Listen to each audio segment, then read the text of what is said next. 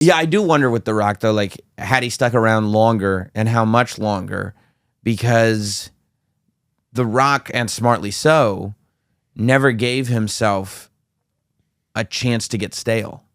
You know what I mean? Yeah. We don't know what that would have been like. Is there an ability to evolve consistently enough that you can? And I think there is. And maybe he takes a year off here and a year off there. But yeah, I mean, the idea, I feel like The Rock is just one of those characters, and there's very few of them, that's meant to just exist in this bottle, and it was just lightning in a bottle for the period that it was, and then he can come back. And I mean, you know, honestly, like, especially once we get removed enough from it, like, you and I can have the conversation when it's time. Like, there's going to be a moment in time to have a real conversation about the final boss character and how good it was and how impactful it was. Not to say it's over, but you know, that build to WrestleMania 40 with The Rock becoming the final boss. And again, what is that character around for? 2 months? Yeah. That's it.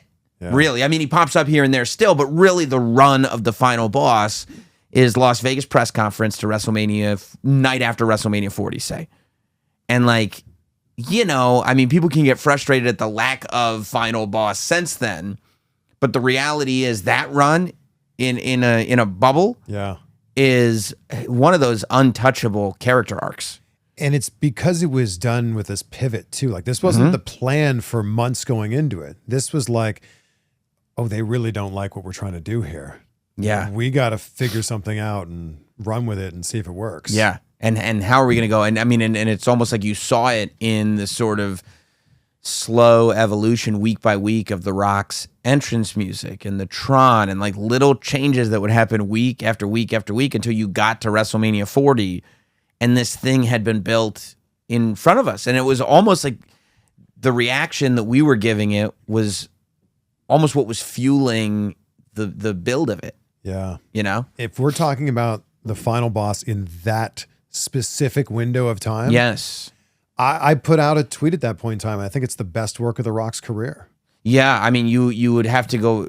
I mean, to me, definitely by far the best thing he's done since being a full-time wrestler. For sure. And yeah, I mean, you would have to go back to $500 shirt, people's eyebrow, coming on TV every week with a new catchphrase every single week. Like, it's that and final boss, and that's your conversation to me, you know? Yeah, and The Rock's a big reason why I became a massive wrestling fan. And like, I think there's actually a lot of things that The Rock did, just his charisma just oozing out of him, that I was like, I want a little bit of that. Like, so many fun catchphrases and so many, like, he can get anything over. Yeah. He got it doesn't matter over. Right. It was amazing. Wyclef did a song. I got 50 Bentleys in the West Indies. Got it. It doesn't matter. Such a good song.